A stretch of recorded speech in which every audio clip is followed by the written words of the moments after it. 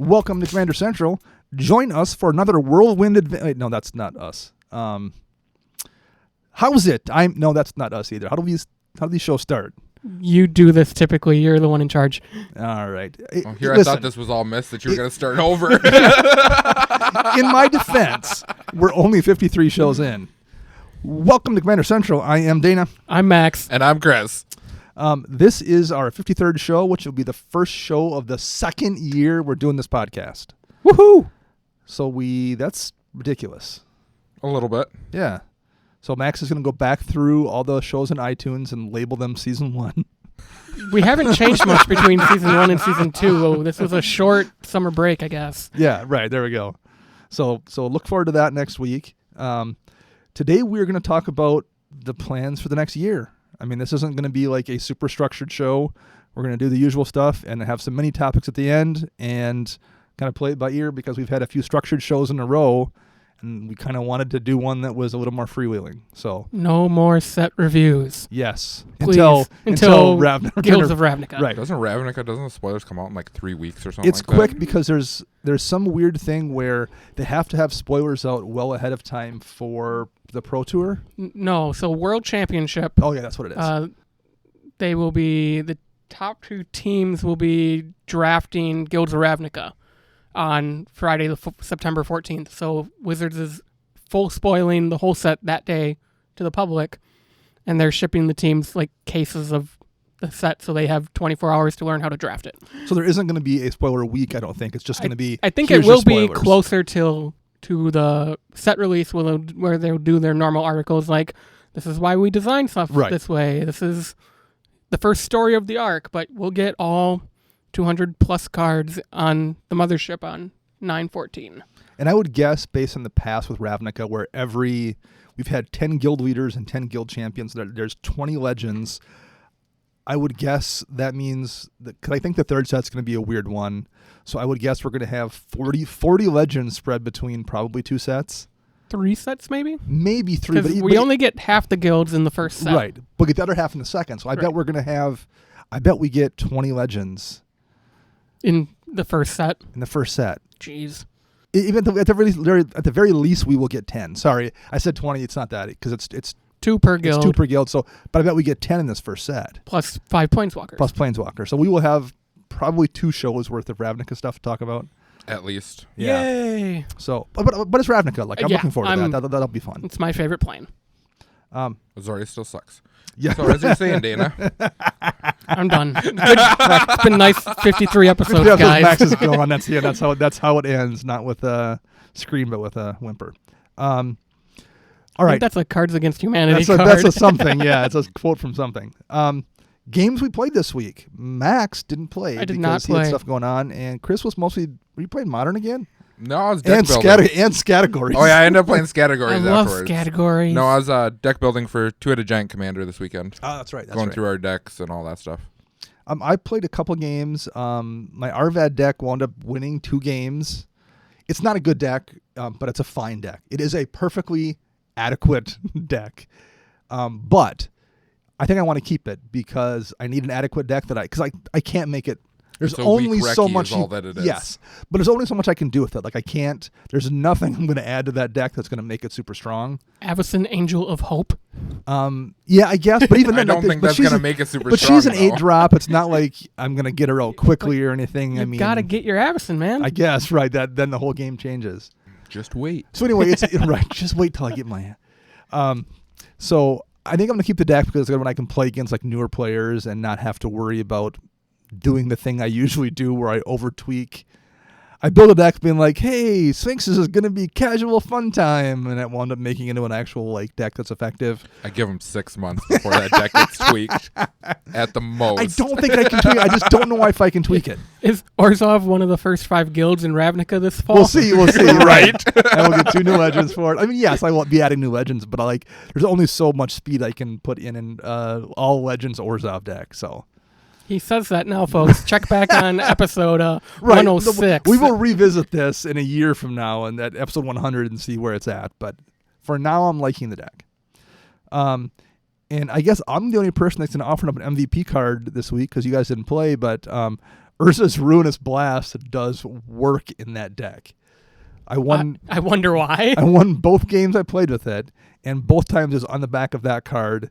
Once I tutored for it against someone else who had a really strong board state, and once I just drew it.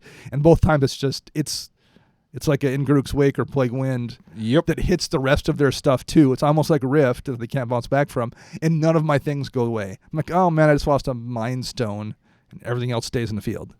Why didn't you just sack the Mind Stone to draw a card instead? I think I could have, but I wasn't paying attention. I tapped it for the mana for that Urza's Ruinous Blast. So, yeah, I think I probably could have saved it. So, anyway, if you are playing a deck with any amount of legends, like if you're playing Captain Sisay or, I mean, I don't know what other deck is going to have a ridiculous amount of legends like that, but if you happen to have one, and that card is just a MVP for sure. So, yeah, I haven't seen it too much in Commander. yeah, I play it in Jeru because I've got all those Planeswalkers, Mm-hmm. and Jeru is like one of the few creatures, so it's pretty good in that deck, but Yeah, the worst thing you're going to lose there are Elspeth tokens and right, yeah. Gideon allies and whatever. So I'm usually fine with it there. So anyway, that card I've been really happy with in that deck, and I actually like it in Jeru too. So I think it's a really solid board wipe, and it's an exile, which actually is relevant pretty frequently. I've noticed that they've been doing a lot of exile lately. Yeah, they've been much more liberal with how they use it. I'm okay with that. So you two didn't play. Chris said he was prepping for his 1v1 tournament. What are you playing? I am playing Mogus, God of Slaughter. And it's 1v1, but it's partners, right? Yep. It's like, and there can be no overlap between the two decks. Nope. So I'm playing Rakdos. My partner's playing Mono Blue Tears. Which is Just blue. just blue. Right? Well, the symbol of blue is tears. Any mono blue competitive deck is going to be mono blue tears. But Max is playing too, and Max is not Chris's partner. No, I'm teaming up with a buddy from the shop, and I guess I'm piloting Vial Smasher. I have a Vial Smasher in my deck. I would hope you would. So we'll have to see if we can get a head-to-head match and find out what happens here. We will lose. I will tell you that right now. Yeah, because it's even your deck you're playing. You're just like Yeah, showing up I'm as just a showing one up. body. I'm Looking super through it curious tomorrow how night. It's gonna be. Yeah, we're meeting tomorrow night at the shop, and I'm going to look through the deck and be like, okay, let's try this. Well, good luck to both of you, but yes, I think Chris has Yeah, my edge. Chris has My the average edge. CMC is like 2.5, so And I would bet that one is not. Right. We'll find out. We will find out. it's gonna be so good. All right. Anything social media worth talking about this week? So here's something interesting. On this week's show of Magic Mike's, Erin Campbell gave us a shout out because I ran into her at GP Minneapolis, traded her a pin for some token cards. Oh, Monarch, that's Yeah. right. I got one of those. So she gave us a shout out, kind of pointed people to start listening to us. So we appreciate that, and thank you to you guys over there at Magic Mike's. I also linked her in Twitter because I played a game then where I got the Monarch. I played Throne of the Black Rose, got the Monarch, but I had a board state where I had like, what was all in play there? I had a Hornet Queen with a bunch of Hornet tokens out. I had No Mercy in play. I had something else, and I'm like, no one's taking this Erin Campbell token away from me. I am the Monarch for the rest of the game. Good luck, nerds. I would have been like, challenge accepted. right. Yeah. So anyway, I linked her on that. So yes, thank you very much, Erin, and thanks a lot, Magic Mike's, for giving us a shout out. Yep. I think we have some contests that have wrapped up last week that we didn't announce, so we might as well get that out of the way as well. We do. We have our Twitter contest for the Judge Foil Pendlehaven.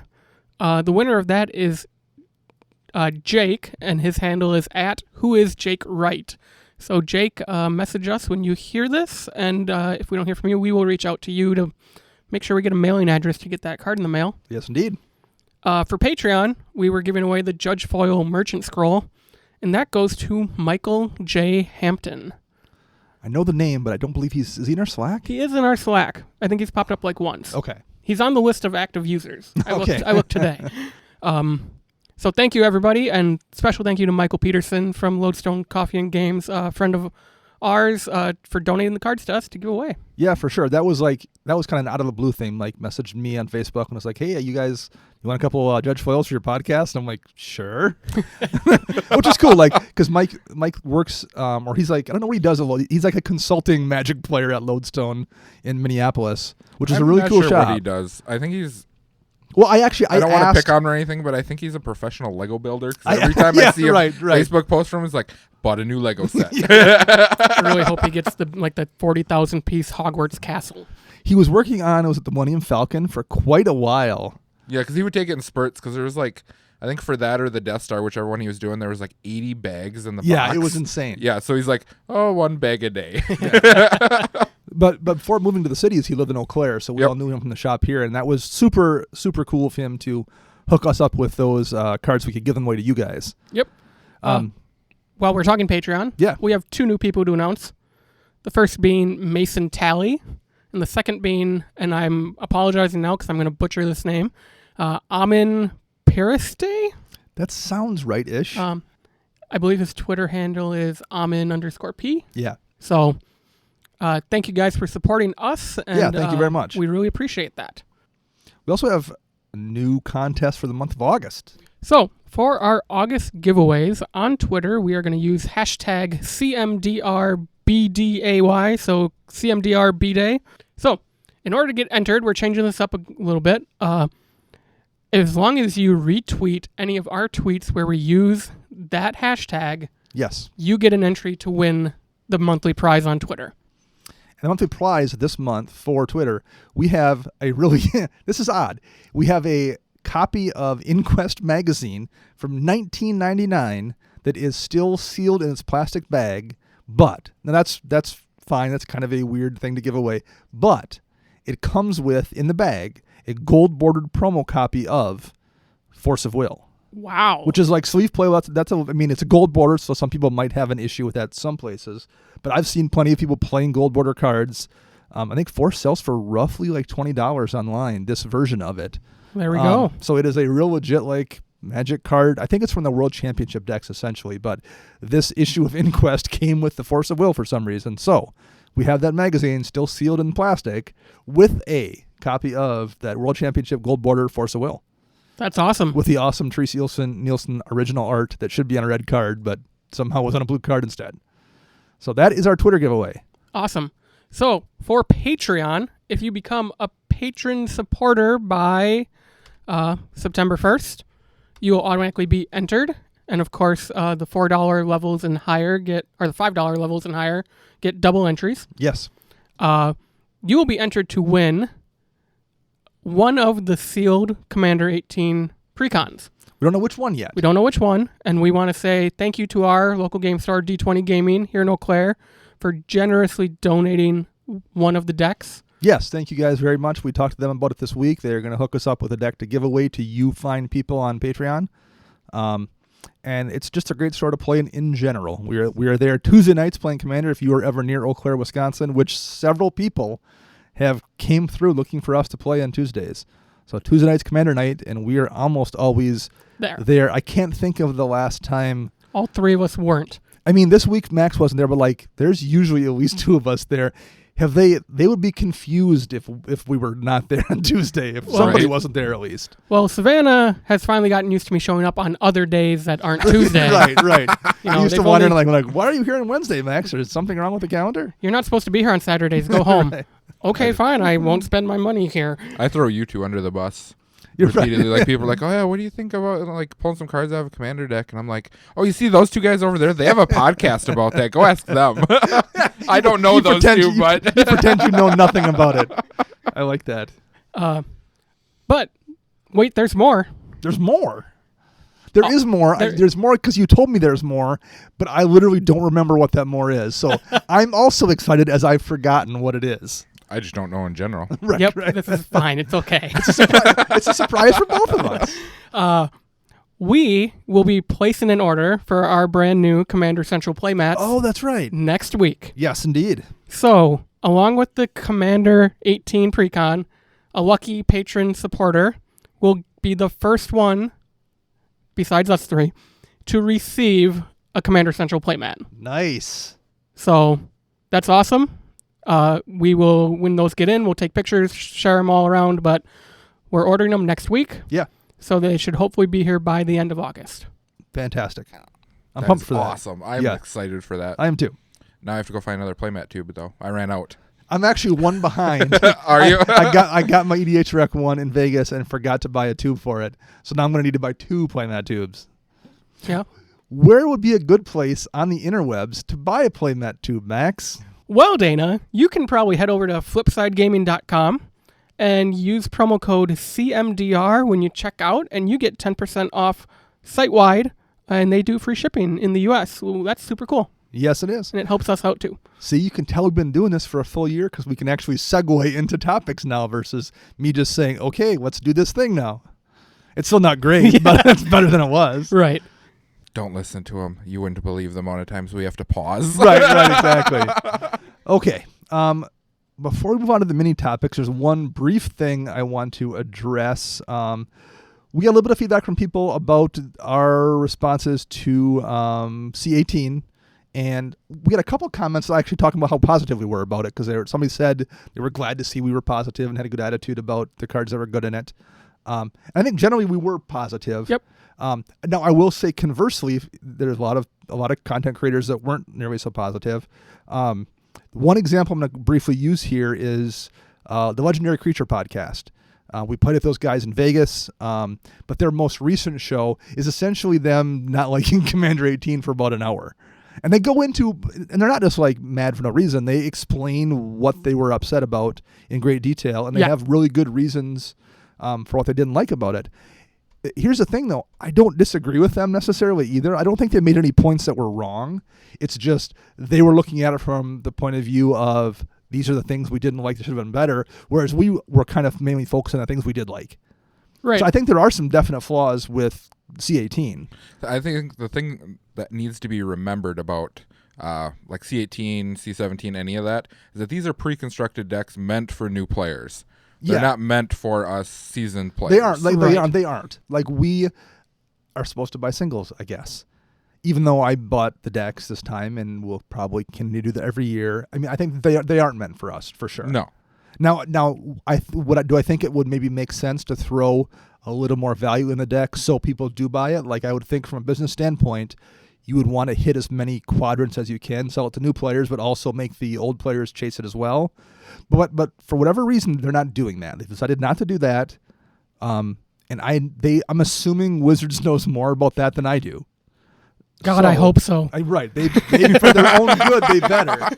So anyway, we chose just focus on the new cards, which we were really happy with. Yeah. But I think if you were bummed out about the set and heard us talking real, happy-go-lucky about it, like, you might not be wrong either. There were things we didn't love too, but we just chose to focus on the things we did like because the new cards were fantastic, I thought. It just makes for a boring show if all you do is rag on stuff. Right. Correct. And I think the negatives we did point out, we backed up with some good reasons. Yeah. Like, obviously, this is for new players, so we Right. can't get a planeswalker that destroys lands. It's okay, Lands though. ho! Right. So anyway, if you want to hear another point of view, Legendary Creature does their most recent show that came out last Thursday, which by the time this airs, they will probably have one more new one out, but you shouldn't have a tough time figuring out which one No, did they it cover was. all of them or just half? They go through all of them. They go through all of them, but it was even more high level than they were just complaining about the lack of reprints, the value of cards, the lack of like a big Teferi's protection kind of spell that everyone's going to be chasing for their existing decks, that kind of thing. Which I think those are all legitimate things. It was a good show. Yeah. Like, I enjoyed listening to it, and I, like Dana said, I also agree with everything they said. Yeah. So I mean, we just came at it from a different angle. Yep. So okay. So next thing here before we get to the mini topics too, we're going to talk about our plans for the next year. So this is show 53, but we're going to stop basically worrying about like year counters and just like numbers. Show 100 is the next big milestone, which will be just under a year away from now. So we do have some plans before now and then, and we're going to kind of let you guys in on what we're going to be doing in the next calendar year. Office chairs. We're going to get some new chairs for sure. That's Chris's number one priority right there. Yeah, it's chairs. So that's the thing off Chris's list.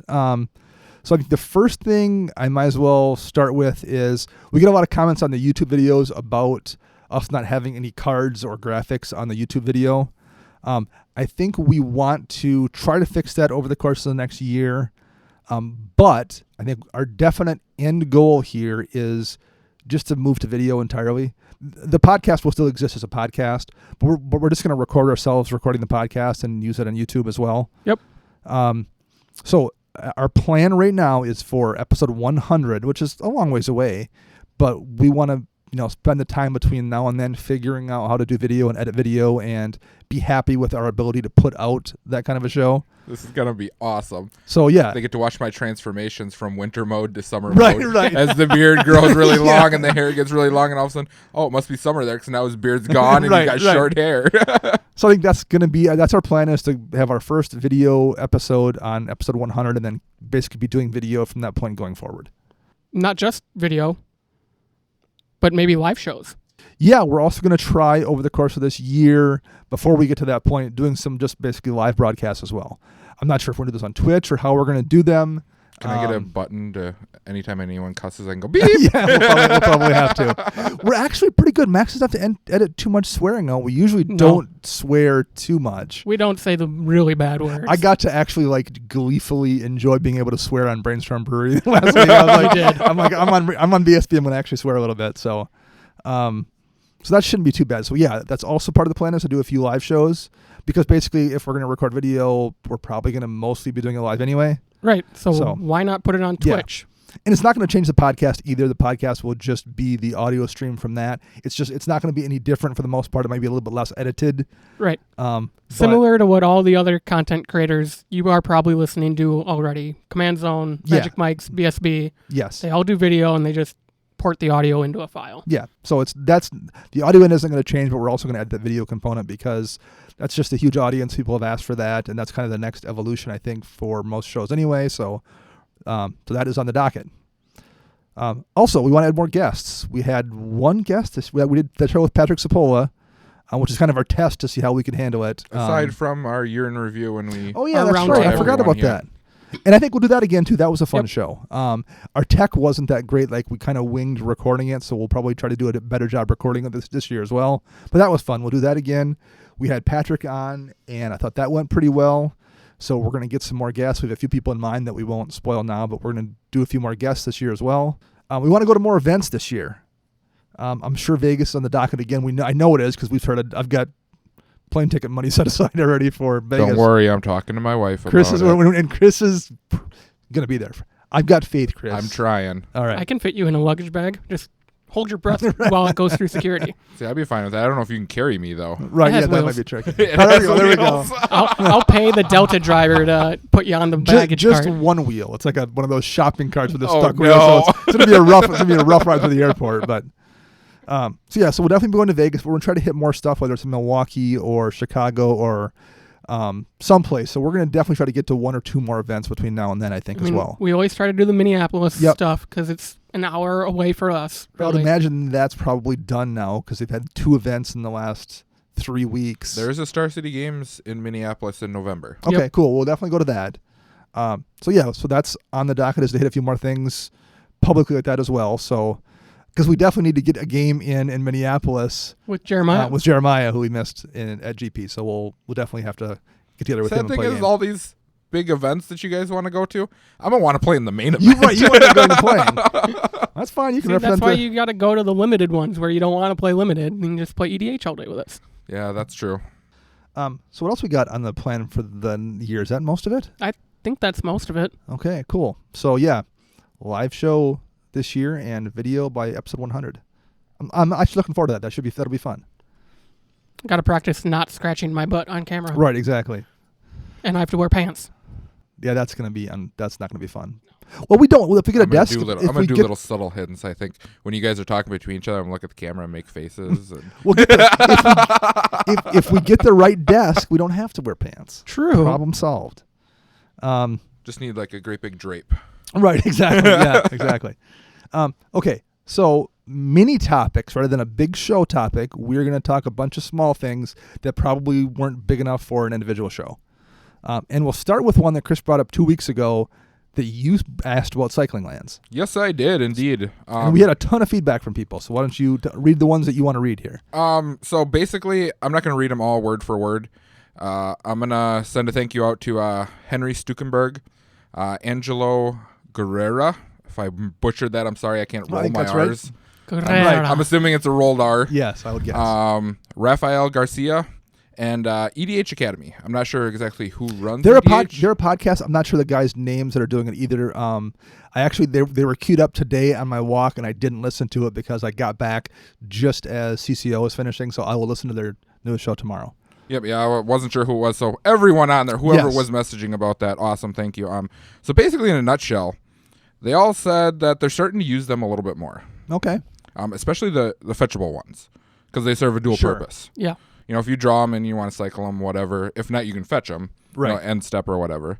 It was also agreed upon that decks that lack card draw are on a budget or 1 to 2 colors, that they're starting to use them more in those decks. Okay. Now, my thought, first of all, the dual lands, the fetchable duels with cycling, I don't even know if I count those because they're just good. Like, I don't even care about the cycling. Cycling's great and it's a nice bonus. But like, if it didn't have cycling, I'd probably still run them because they're fetchable and you can fetch a duel that gets you 2 colors and fix your mana right Agreed. there. I'd at least be considering it. I'm not sure it's a sure thing, but I would definitely be considering it. And the fact that I can pitch them on turn 8 or something if I don't need it is just gravy on top of that. So I don't know if I count those because they're just so good. That's all I wrote my notes on, but it's okay. Right. Well, so what are your notes on? What do you? Well, I mainly only run the 2-color ones. I mean, I run the red and white single ones in Tajik because it's Boros and you have to. Sure. So everybody knows that story. Right. Yep. For me personally, in 1v1 Commander, because I like to run a lot of red and colors like that where you don't have great card draw, I run all of them that I can. Okay. Right. You don't find the tempo hit hurts you.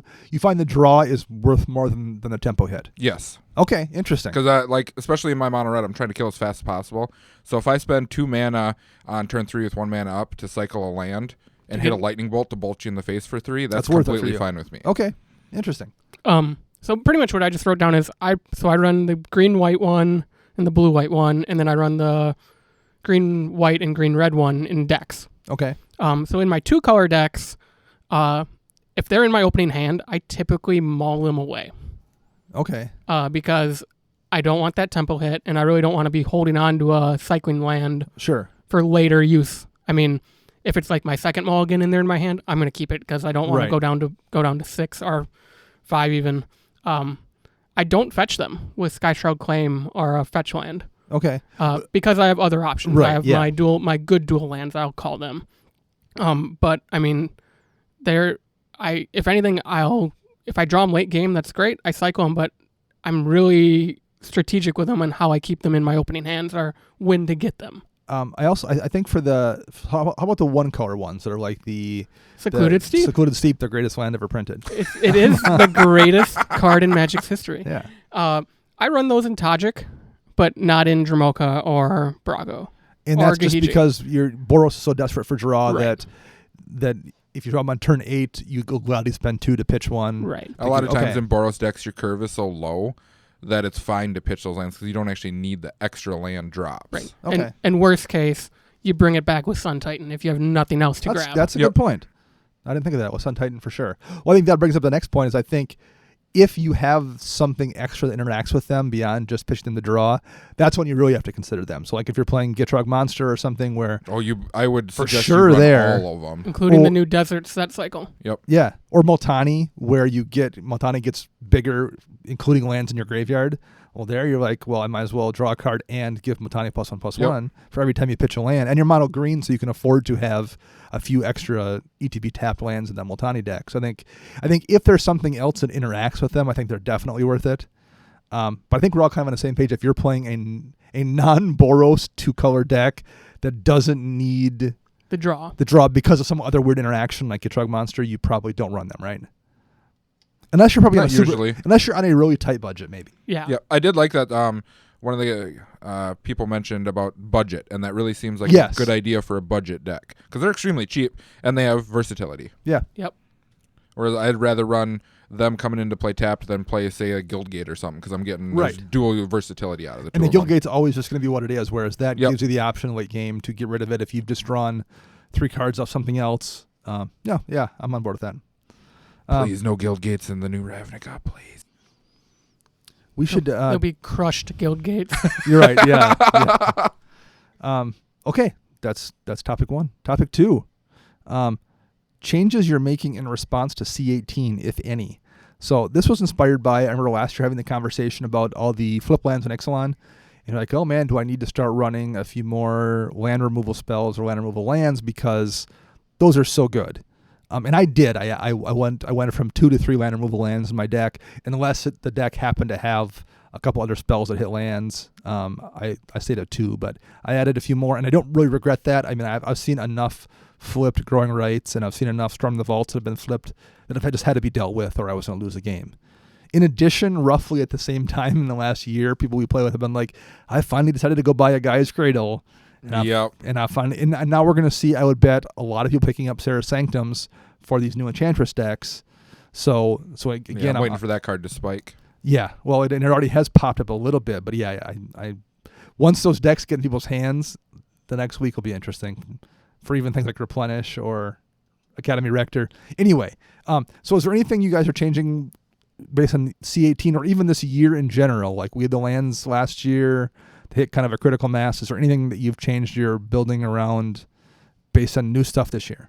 Honestly, not really. Okay. I would say I'd like to add more force shuffle effects into my decks, but there aren't really many of those that make your opponent shuffle their library. Okay. Like Field of Ruin for sure.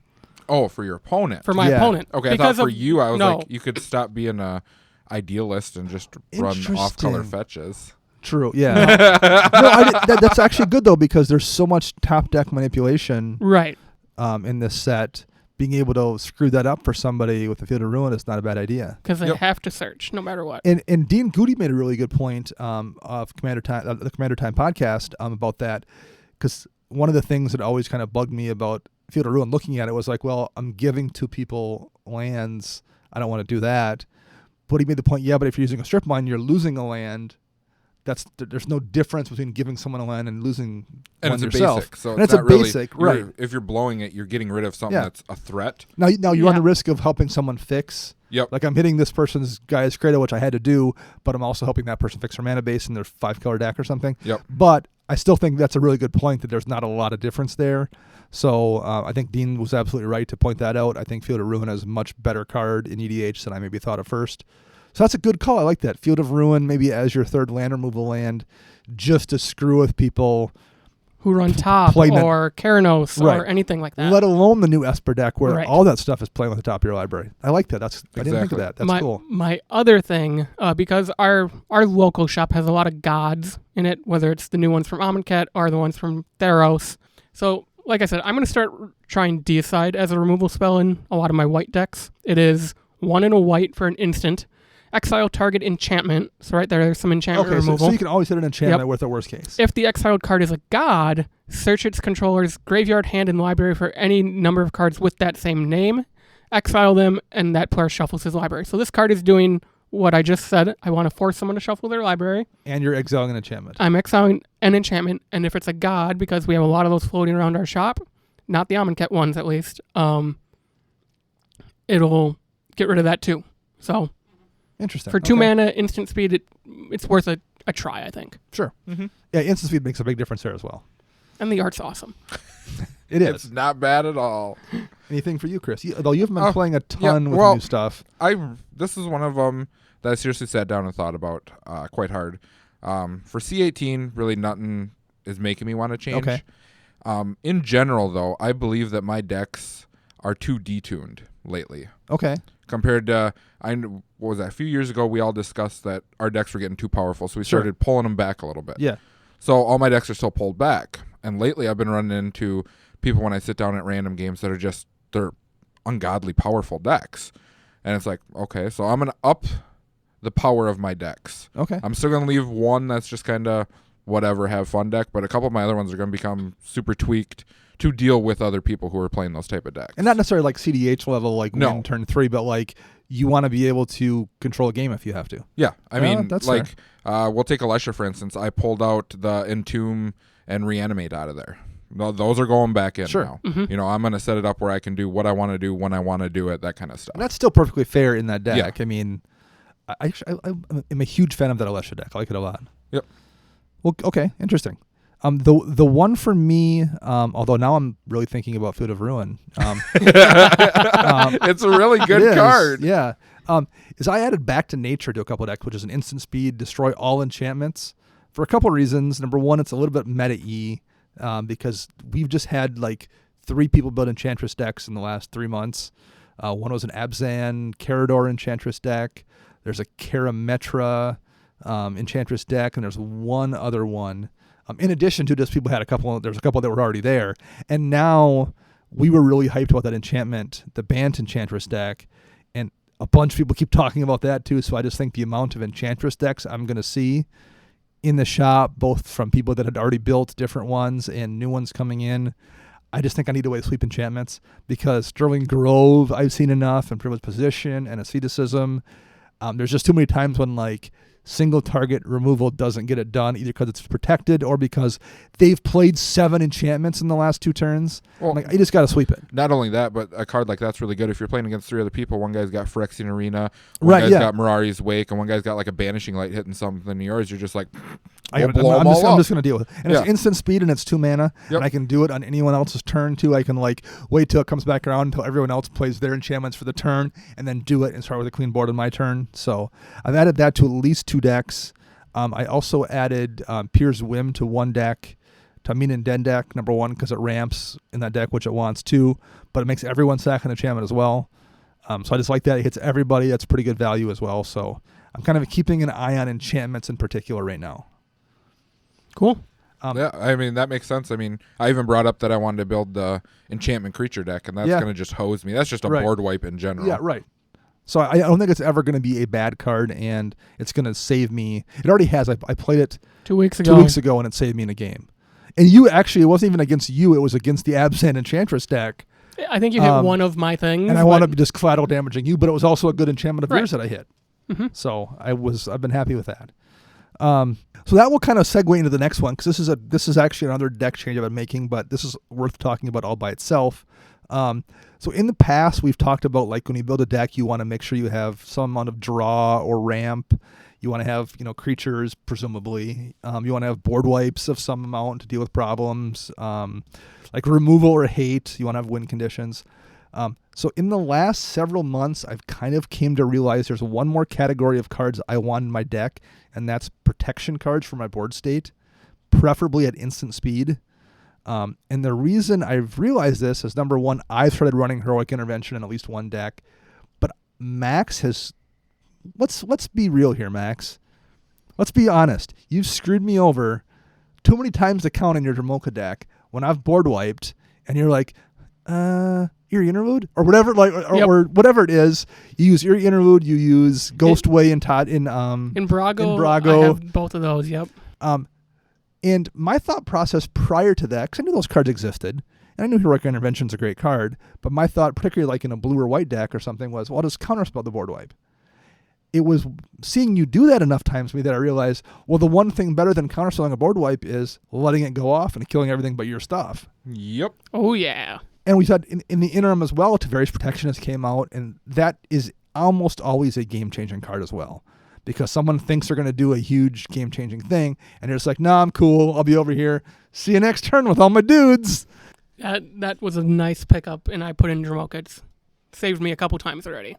So I've started like going through my decks and being like, I think I want at least 1 protection card in all of my decks. And particularly, it's not even against the board wipes. There's just been so many times, like I've cast Heroic Intervention multiple times to save 1 target, but it's still worth it. The 2 mana? Yeah. Yeah, it's still worth it for 2 mana. Being able to Ghostway for 3 mana, even if you're just saving 1 creature. Or getting an ETB effect. Or getting an ETB effect. Eerie Interlude's the same way. You've got Boros Charm, which like really makes yourself indestructible and can dome somebody for 4 if you need to. Or give it double strike. Don't forget the worst one. Which absolutely can win games. Like that can win a game. Golgari Charm I just put back into a deck because that can regenerate your creatures, and it's not quite as good as the rest of them, but I've saved games with Golgari Charm before. And you can kill a swarm of tokens with it, and you can destroy an enchantment. Selfless Spirit is in your Dramoka deck. No. Kahiji has it right now. That's the same thing. Like you play that, and my plans change. It should be. Curse is laughing. It's in my Dramoka. It's in my Alesha deck, I like to reanimate that a lot. Well, the problem with it, like, because then you realize you're like, okay, next turn I'm on a board wipe. and I'll take care of all the stuff and move back. And then you're like, then you play that, and I'm like, well, now I have to have a targeted removal spell and a board wipe. I got to deal with the Selfless Spirit first, and then do something else. That really screws up your ways to deal with the deck as well. Oh yeah. So that's been my new thing, talking about adding new cards. But I think this was one worth talking about on its own, is protection spells. So have you added any more? You obviously are already running more than I was. Yeah, so this kind of all got brought up with Whip Tongue Hydra being spoiled for Commander 18, and someone on Twitter pretty much just said, ha ha ha, F you, Max. I have a feeling this is the CCO guys. They're friends of the CCO people. Okay, makes sense. So that sparked the conversation. I started looking through, and at that time I was only running Heroic Intervention and Eerie Interlude and Dromoka. And I'm like, well, I need a third. And that's when Teferi's Protection became a member of the club. Yeah, I mean, because I've wound up I put Ghostway in my Sphinx deck, because that was one main thing where beforehand I was like, I'm just going to counterspell it. Why Ghostway over Eerie Interlude? Because I'm running Lightning Greaves in the deck. And you have to, Ghostway doesn't target. So Ghostway doesn't target, and there's also a couple token makers in there. The Sphinx that makes the Thopter token, I forget what the heck it's called now, and there's also I don't know how I've just forgotten what it's called. It's the 6-mana artifact creature. Right, yeah. And it makes twice as many tokens every time. Whenever an artifact creature deals damage, you make that many tokens. So it makes an artifact, so you make one the first time, then you Sharding Sphinx. Sharding Sphinx, there we go. Wow. Yeah. That took us too long. I got there. There was a game, actually, as an aside, we played against Nate. This was probably 2 years ago, I remember, where I happened to have counter spells for every removal spell, and I wound up with like 128 Sharding Sphinx tokens. No. Yeah. Now, that hasn't happened since, and that was like a once in a lifetime with a game thing. But anyway, so that's why, Max. I've got Lightning Greaves in there, and I'd have to work around Greaves fairly often. Yep, that makes sense. Yeah, so I thought if I'm going to run the two of them, and I actually happen to have a Ghostway foil that was in a collection, so I'm like, well, if I've got it, I might as well run that over a Eerie Interlude. So, but Eerie Interlude's perfectly good. Like, I would run that in plenty of decks as well. One of these days, you guys are going to come in here, and I'm going to have a big intervention sign standing up behind foils? me. Be like, intervention. And then you guys are going to be like, what for? And be like, foil cards. You should not be talking right now. Exactly. You just got a very nice gift from D20. I did. What did you get? Foil Imperial Recruiter. Oh, that's right. You picked it up at the to help GP. foil out my Alessia deck. Now I'm only missing, I think, like 10 cards now, something like that. A lot of them are like lands that I should probably find that are really cheap. Right, I'm just too lazy to go get them. Any other ones that you guys use? The one I made a list of a few. So I read off a bunch of the best ones already, but then I was looking at them like, man, Rootborn Defenses, make yourself indestructible and populate. I was playing a white token deck like Gahiji, actually. That's probably good in Gahiji. It's expensive though. It's only 3 mana. Is it only 3 mana? I think it's only 3 mana. It's two and a white. Two a high, isn't it? Which one am I thinking of? That's hybrid green white hybrid green. That white? One's 4, Yeah. and I forget what that one is too. But that's but not. It does populate. Yeah, Rootborn Defenses makes yourself indestructible to end a turn, and it populates. Gotcha. Which, I mean, you're just going to get like another Sapperling. Right, or, like it's not a huge deal, but being able to make yourself indestructible is pretty nice. Mm-hmm. The biggest problem White has is Teferi's Protection is just so great that it's kind of tough for anything else to make the cut. Like, that's just going to be better than everything else. It's such a great card. Faith's Reward, though, I've seen a bunch of people running, particularly if you've got some kind of sack effects, but even so, bringing all your stuff back, that's pretty solid. And that's essentially, as long as they're not exiling stuff, that's essentially the equivalent. True. But Indestructible is going to get killed by exile anyway, so, it's not a lot different. And there's Ready and Willing and Abzan that I think also has, it's a split card from Dragon's Maze that also has Indestructible and something else on it. I forget what it does. So anyway, there's quite a few of them, and I've just been like trying to make sure I have at least one in all of my decks, if I can. I mean, you can't do much in like mono red or something, but no, you can't. Yeah, just in general, that's just a blanket statement. You're kind of limited in mono red. If you haven't won by that point, there's your problem. Yes, right. So I'll be curious if anybody else has anything to say back to us about protecting your board state, because that's something that I've really been paying a lot of attention to recently. All right, what else do we have? We have underplayed utility lands. I believe that came to us from Grubfellow and Ragarcy, who are both Patreons. That's Dean Goody, who I also mentioned before about the the land, whose name I've Yep. just forgotten that we talked about 30 seconds ago, and I've already known. Field of Ruin. Field of Ruin. There we go. I'm a professional podcaster. And I'm sober. I was going to bring it up for Right. this topic, so. But this is actually, I think this is the thing we said to them was like, well, this is actually a show. We'll just do a show on utility lands at some point. But we might as well just do a little brief like preview and talk about a couple of them here quickly. Yeah. So do you guys have any favorite utility lands you think are maybe underplayed that people should look at more? I have one for sure, Okay. and that is Buseju, who shelters all. Yeah. It's only in about 6,200 decks on EDHREC. I run it in Brago. I used to run it in my Mizzix deck when that was assembled, but for 2 life to guarantee my Cyclonic Rift doesn't get countered, or 2 life to guarantee my Sphinx's Rev is going to go off, it's just good use of life, and you're already putting that 1 mana into Sphinx's Rev, so you're just going to get it back anyways. That's a good one. Being able to save or keep your counter spell from being countered, or the downside is pretty easy to fight off, and the upside can be pretty huge. Mm-hmm. How about you, Chris? You got any favorites you want to throw out here quick? The big one that I've been really testing around with, especially for 1v1 commander, because I play a lot of that, is Command Beacon.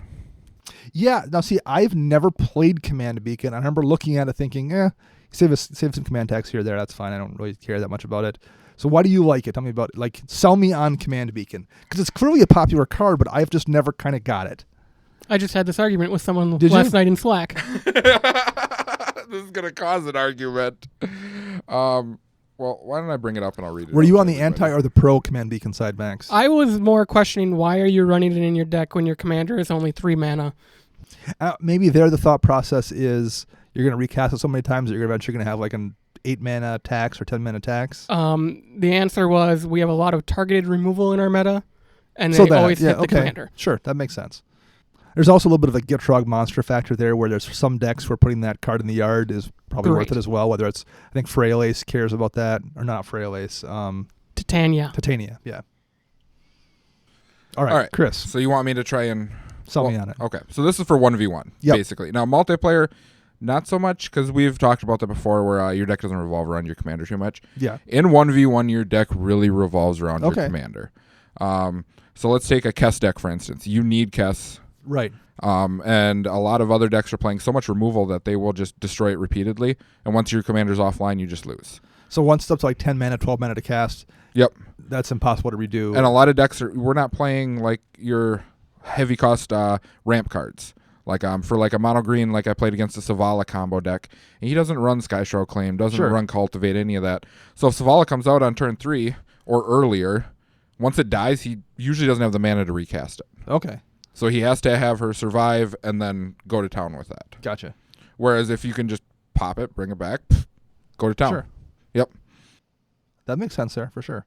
And actually, I like your comment too, Max, about the comment on Slack. If your meta is really heavy removal, then that tax adds up very quickly, and you might need to get it back out there. All right, I'm on board with that. I don't know if any of my decks necessarily need it. I don't think mine are that commander. I mean, Reki is, but he doesn't get removed that much. Isperia, like I'm thinking Dramoka. 'cause- There are games I forget I have a commander in that deck sometimes. Right. Yeah, Dramoka. Actually, your Dramoka gets hit quite a bit. That might make sense. No in one that likes deck. Dramoka. It would be no problem if it was just a 5/7 flying lifelink. No, it's that stupid ability. Yep. What stupid ability? I don't care. I don't want you to do I don't know. stuff on Ask my Dana, turn. because he's the one that every Yeah. time we play, it's like, and I'm gonna swords it. And you're like, you No. can't. It's not my fault. No, you you're- guys. It's not my fault. You guys want to play Fact or Fiction on my turn. That's the proper way, I guess. But whatever. The one I will briefly throw out there as being, I think, underplayed is Manamo School at Water's Edge, which I think gets played quite a bit in Modern as a way to get around like Boil or something.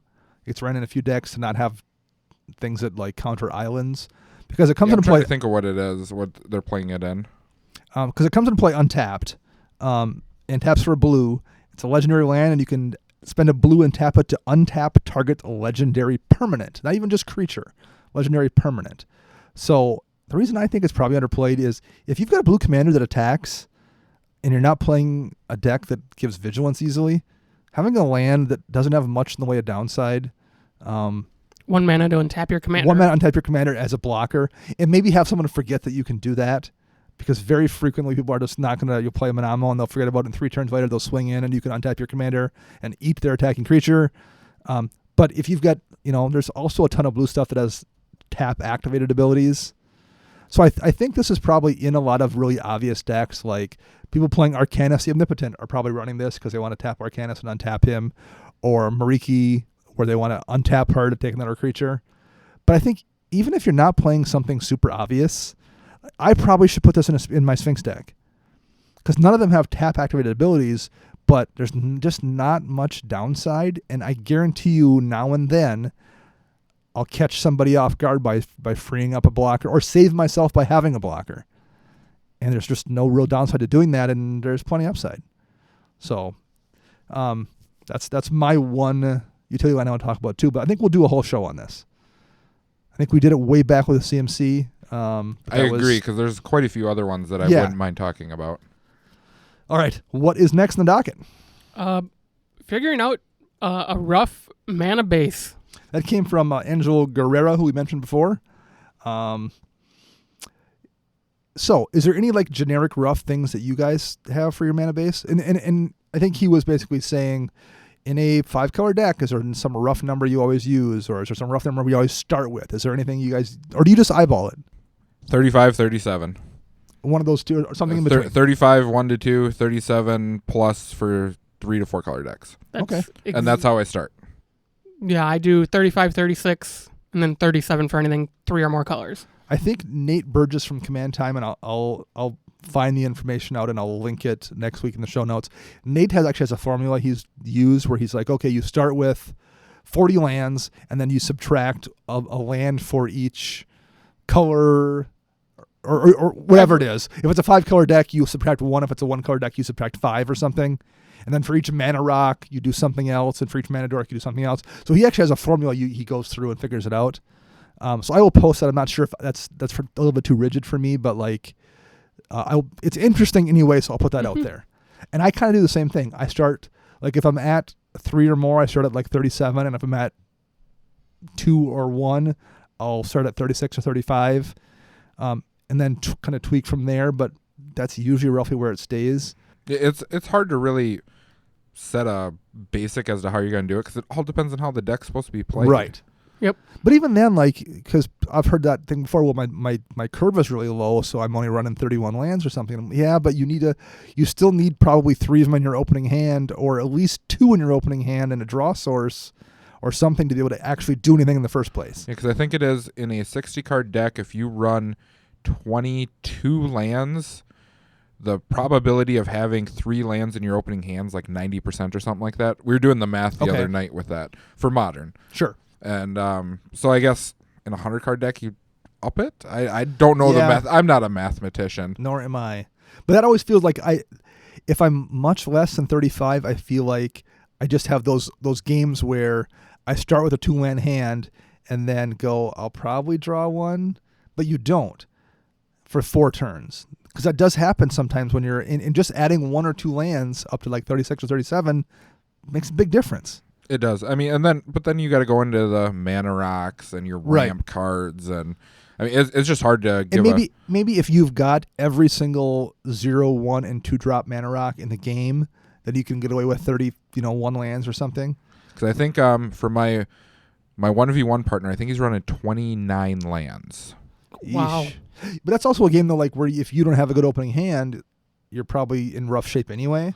Well, he's also running every legal mana rock that's 0 which up is kind to of, which 2 he's counting, CMC. So he's kind of counting those as a land. His Mox Opal is a land. His Mox Diamond, his Lotus Petal, his Chrome Mox. Those are counting as lands as well. And that's 99% of EDH decks aren't doing that. Yeah, because when I've watched him numerous times when we were building our decks, and he's goldfishing and like opening hand, and I look at it and it's like 1 land and like 4 mana rocks, and you're just like, cool, you're set. And that's the same thing in that case. Like that Mox Opal is essentially a land. Yep.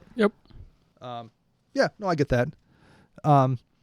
Any other ones? The one thing I kept thinking of is I always my minimum is 10 basics in any deck. Do you guys have do you keep track of that at all? No, I mean I try to do it 5 per color. Okay. And that's how I start. And then Sure. I start cutting it from there for different duels and stuff like that. I try to, I guess I think all my decks have at least 5 of each basic. And I usually I looked through my decks last night. I think all but one was at 12 or more, and one was at 10 basics. But we don't see that much Blood Moon, but I've seen it before. Oh, yeah. And I've got a Blood Moon in my Lathless deck, and It happens. I just shut off the game for our friend Lucas in his Abzan deck because he had no basics in play and didn't draw any. So I played Blood Moon on turn whatever it was 6. It wasn't even that early. No. And then somebody board wiped or something. He was just done. He's like, well, maybe I'll draw a basic, and he didn't draw basics for the rest of the game, and that was he was out of the game. Yeah, he couldn't do anything. He was pitching cards every turn. Yeah. And I think he said he only had like 4 basics in the deck, I believe. Yeah. So I think he said he went through and up and added a few more back in too. Like that's going to happen, or someone will play back to basics, or something that will just screw you. Now, I know the last 5-color deck that I built, last time I pulled my slivers out, I think I'm running 2 of each type in basics. And 5's really, but it's still, that's super still hard. But that's still 10 total. Yep. And even there, like it's 5 colors, so someone plays a Blood Moon, well, you still have a few red things in the deck every time. Yeah. Whereas you're playing Abzan, someone plays that Blood Moon, and you've got no basics, you're just done. Yep. So I always keep an eye out for that as well. But yeah, even my Edric deck, which is the average CMC of that deck is like 1.62 or something ridiculous. Every time I ever play that deck, I always have basics. Yeah. Yeah, same but here. I'm running 34. That's my lowest land count. But even that, like occasionally you get flooded.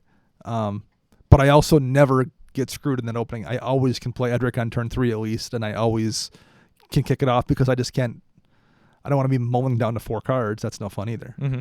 So, all right. I know Chris has a good answer for this one. We were asked. Oh, it's a really long one too. What political tactics you use to avoid getting attacked or coaxing others to get rid of threats? And that was from Greg Flores, who's at Greg Flores on the Twitter birds. So, Chris, you probably have a large answer here for us. What is your answer? I do. And first off, for everyone listening to this, don't tell anybody this. This is like my secret tech. This is like the Battle Bond This lands. is the Battle Bond lands equivalent. All right. So, I really don't do too much. Okay. Like, I don't try to sway or anything or get like, oh, you need to kill that anything Sure. like that.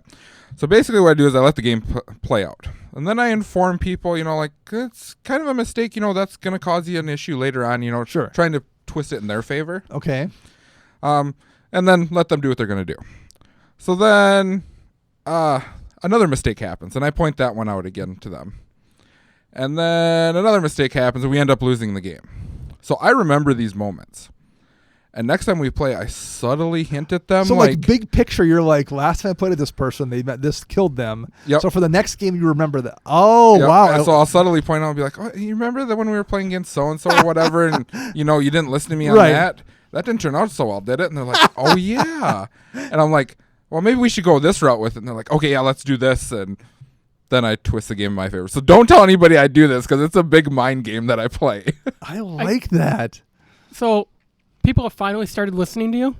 Right, exactly. It took 53 episodes, and people have finally started listening to you.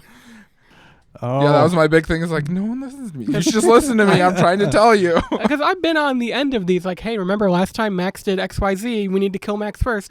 No, he's fine. Max wins the game. Right, yeah. And Chris sits there going, told you. I try. I mean, Nice. I'm all about having fun game, and all Right, that. yeah. So. Doing that is fun. I mean, Actually, yes, that is part of it. And it's a political turn, is what it is for Yeah. the game. So How about you, Max?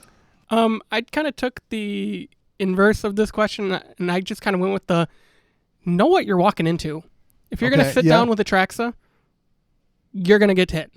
Yeah. I don't care if it's Elv Tribal Atraxa. It's Atraxa. It's a 4/4 flying lifelink. Atraxa's going to hit you at some point. Right. She has vigilance. Like- She's going to swing every turn.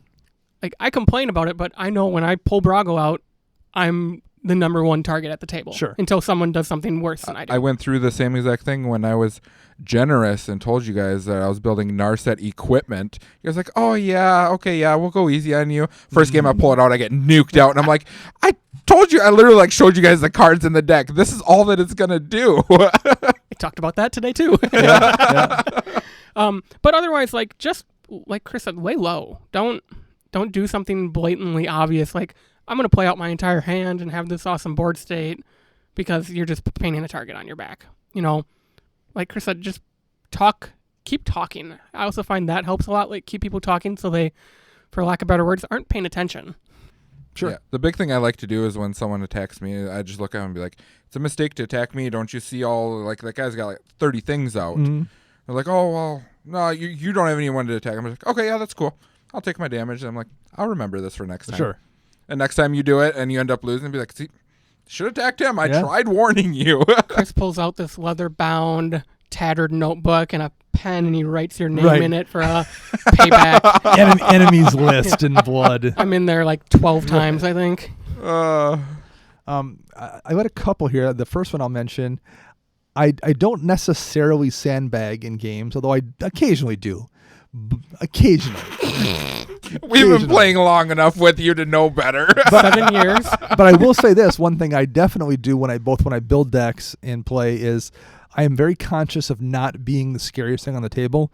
I always want my cards to be the second scariest thing in play. So, and I oftentimes look around and be like, is there something worse than this out? I don't want to play my Mari's Wake until someone else plays their doubling season. Like, then I'll play my Mari's Wake because I still feel like they're probably going to hit that first because the token deck's going to pop off, so I'm safe to play my thing. Or if someone else plays their Elish Norn, then I'm maybe safe to play my, and I don't have Bane Slayer in a deck, but like I like to have my thing be the second most powerful, so I keep an eye on that. And even when I build decks in general, there are cards that I don't run that are good because I would rather have the second best version of this creature that no one's going to care about. I was talking to somebody on Twitter who was asking me about running Asperia because the new Yannette Sphinx, if I wanted to switch to that, or if I were thought about switching to Madomi or something. Or Azor. Right, yeah, Azor is a good example as well. Like, no, because those are all things people will want to deal with. Nobody cares about Asperia ever in that game. Yeah, that was quite amusing. Then one day I ended up playing your Asperia deck, and I didn't have a good game. Like, I kept drawing lands, wasn't getting anything to play. So I played Asperia, and everyone like read it, and they're like, okay, whatever. Right. And then immediately a guy attacked me with 3 creatures. I'm like, I'll draw 3 cards. Yeah. and then next turn you're like, I'll play True Conviction and hit you for 12. You're halfway to commander damage. I've gained 12 life. So, but even then, even once you do that, it's still not the scariest thing in play ever. So I like build a lot of decks without. I intentionally don't run things that generate hate towards me. Like when I was playing, I don't even do it in my Talran deck anymore, but I ran a few polymorph effects in that deck once upon a time because I only had a couple creatures, so I'm like, I'll turn a Drake into whatever. And for a short period of time, I had Jin-Gitaxias in the deck. Because why not turn a Drake into Jin-Gitaxias if I can polymorph into it? That's where the doctors got it right, from. Yeah. Yep. I think this is before we were playing with that. But oh, I'm sure it was, but you hinted at it, didn't you? Like, but it became one of those things where, like, not after I did it once, people were aware, oh, you've got Jin-Gitaxias in that deck. It became not worth having Jin-Gitaxias if people knew I had it and were scared of it versus something that was really effective and no one cared about. So I wound up putting, I think it was Scourge of Fleets, which was out of Theros, I believe. One of those, yeah. And when it comes into play, it bounces everyone else's creatures that have a power less than the number of islands you control. Well, it's a mono blue deck, so it's almost always going to come into play with like 9 or 10 islands. Yep. So it just bounces everyone's creatures for the most part. No one ever cared about me playing that. And honestly, that won me just as many games clearing everyone's board set out and then swinging it with my Drakes as Jin-Gitaxias ever did, and it never drew me any threat at all. Yeah, I noticed another one that's very similar to that is the difference between Mystic Remora and Rhystic Study. Yeah, yes. People will want to remove Rhystic Study. People just let Mystic Remora sit there. Because you have to pay a cumulative upkeep on eventually, Mystic Remora. Number one, they know it's going away. Number two, they're like, well, I was planning on casting 2 spells this turn, but only one of them is a non-creature spell, so it's only 1 card versus Rhystic Study. They're like, it's hitting everything I cast. It's taxing me down. So they want to deal with it. Yeah, no, I do like agree. that idea of like the second best of everything or watching the board state. Because usually like when I have like in my hand, like I know I can just go ham. I'll just go ham and just be like, you know what, you guys have to stop me. If you can't, I win. Yeah. I think I've wound up actually pulling Gilded Lotus out of the couple of decks where I ran it. Not that Gilded Lotus isn't a perfectly good card, because I like Gilded Lotus. Gilded Lotus gets removed. Like, I've had multiple Gilded Lotuses destroyed, and no one's ever popped my Worn Power Stone or a Thran Dynamo or a Talisman of whatever or a Signet. People let those sit there. So I'm like, well, as good as Gilded Lotus is, if I run a Mind Stone or a Felwar Stone, I'm going to play it and tap it for mana every turn, and it's never, ever, ever going to be a target.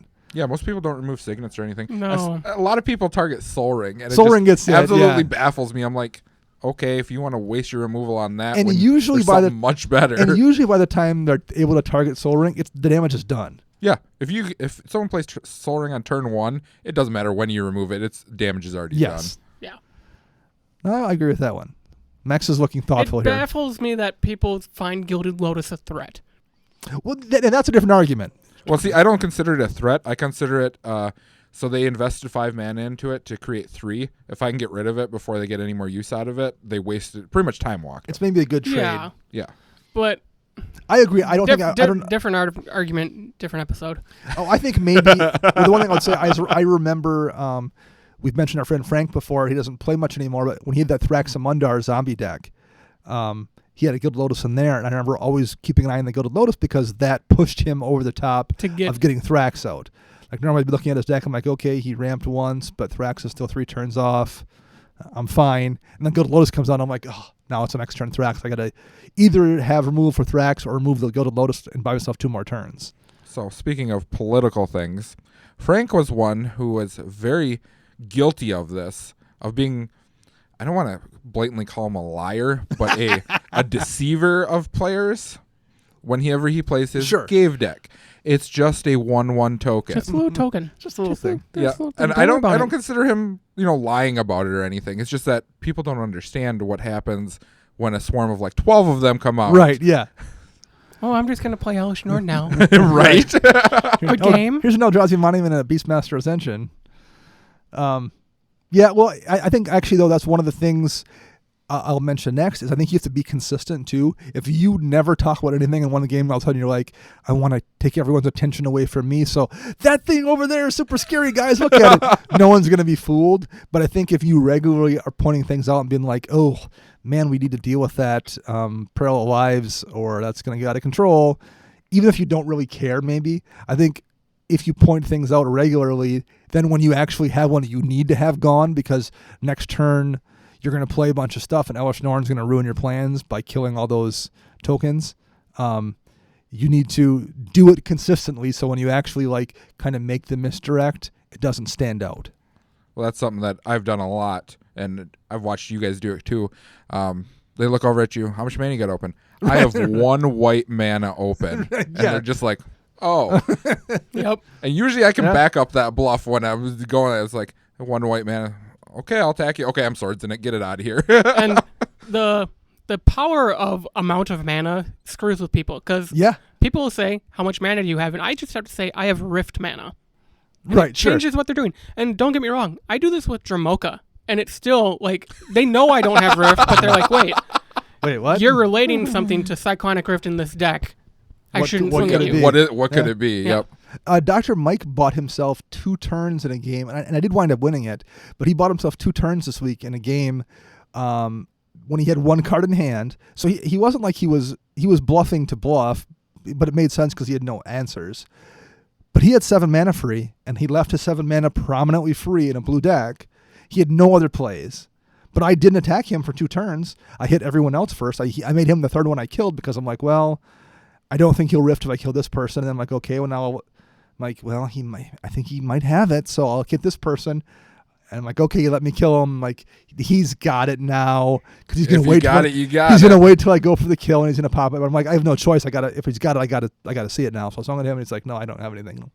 But he bought himself 2 turns to maybe draw it by having that 7 mana free, and he's cast enough rifts, and I've seen him do that enough where he's actually had it that I bought it. And Max, you've done it before with me too, where you've left board wipe mana free, and I think we mentioned on the show, but I'm like, he's got Wrath of God next turn. He didn't play anything. He's intentionally holding back to make us overextend and then wipe next turn, and you didn't have the board wipe. Nope. But it worked. But there's been enough times when you did that and you did have the board wipe. Yep. So I would say in all situations, not just trying to redirect people's attention, be consistent and do things, because then when you actually are bluffing or actually want the redirect, people are fooled. That's true. So we have one more that came up. Was this in Slack or on Twitter? It was in Slack. About thinning your EDH deck. Yes. So that's not a thing. Well, No. I shouldn't say that. I shouldn't say that. It isn't. There's two ways to look at it. Thinning, when people talk about, well, we should actually Explain. spend a minute talking about it. Yep. When people talk about thinning decks, they're usually referring to things like standard or modern in particular, where the amount of fetch lands you run actually thins your deck out to a degree. Yep. And Not- you have not a multiple ton. copies of things to hit, and Right. So if you're trying to get down to hit that fourth, whatever it is, one of 4 things you have that's going to save you from the game, being able to turn your deck from a 40 card deck to a 39 to a 38 to a 37 mathematically changes your chances of hitting that card, because there's 4 of them in there on top of it. Yep. Getting that lightning bolt to finish the game. There's a difference there. Yep. That math is much different. Whereas in Commander, where you're at 100 cards and you have less fetch lands, because unless you're playing a 5-color deck, you're just limited for the most part. Most people are running off colored fetches. And you can't. Blasphemy. I do. And you can't run 4 of each too. But even if you Yep. are, you're stuck to running the 10. Yep. Versus in Modern, in a 3-color deck, you can very often have 12. And you only have 1 of each card. So the card you want to hit is you're not going to hit it. It's just not going to make a difference. Right. But that's in other formats. In Commander, deck thinning can be a little bit different, because I think what started this was what? Land tax. Land tax. Next, you're grabbing 3 cards. Agreed. And it's not necessarily in that case about getting to a win condition so much as it is, I don't want to ever draw land again. So I'm thinning out my lands because I've got my 7 lands in play, and land tax is going to guarantee I'm going to hit a couple land drops. And after that point, I don't care. And every time I play land tax, I still draw land off the top of the deck. I've Same done that here. way too often too. So anyway, I would say, there's a couple ways to look at it if you're looking at it from a modern standpoint, or if you're like, I'm going to add these 2 off-color fetches to my 2-color deck, that's not going to make a difference for you. No. So for thinning it for an EDH deck, if you're playing cards like, we'll take Taigam Scheming, for instance, the first one Sure. that popped in my mind. You look at the top 5, you can put any number of them into the graveyard and put any number back on top. So you could pitch technically 5 cards, Right. which helps thin out your deck. If you're Sure. doing 1 for 1, I don't believe that it's such a thing as thinning in EDH. So. Well, in Taigam Scheming, you're probably much more concerned even then with having stuff in your graveyard to reanimate, Yep. or having that 1 card on the top that you're going to manipulate with, whatever top deck thing you got going on, versus actually thinning there anyway. Yeah. Yeah. And there was an article someone wrote, and I think it was on TCG Player, but I will also link that in the show This was notes. a couple years ago. It's I a do few believe. years ago, Yep. and somebody went through and did the math on deck thinning with fetch lands in particular. Yep. And it was just deck thinning, and it was just in Modern, but the math is good to see because it just doesn't mathematically work out. With fetch lands, land tax is different, and sometimes you also need the shuffle effect. So like maybe in your deck, you oftentimes are running scroll or not scroll racks, divining tops, and there's enough times when you want those 3 cards gone. So that's a different thing too. But yeah, deck thinning in terms of just like running fetches is just not mathematically a thing. So I'll put that math out there to look at as well. I think those were all the micro topics we had for this our first show of the new season, right? I think so. Okay. Chris, you're good? I am wonderful.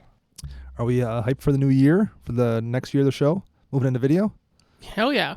I am too, actually. I'm looking forward to that. So we'll need to figure out how to do that, actually. If you have any suggestions for us, Suggestions right. would be nice.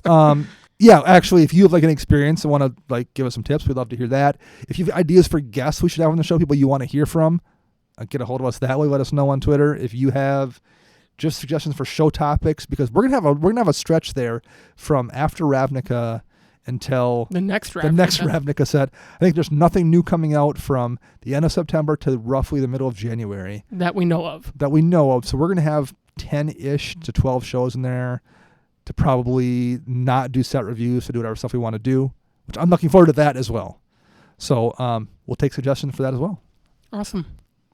Thank you guys both. Thank you both very much for a fantastic year of doing this show. Yeah, you're welcome. Thank You're you. welcome. Thank you guys. All right. We will be back next week for our second show of the second year. Until then, I'm Dana. I'm Max. And I'm Chris.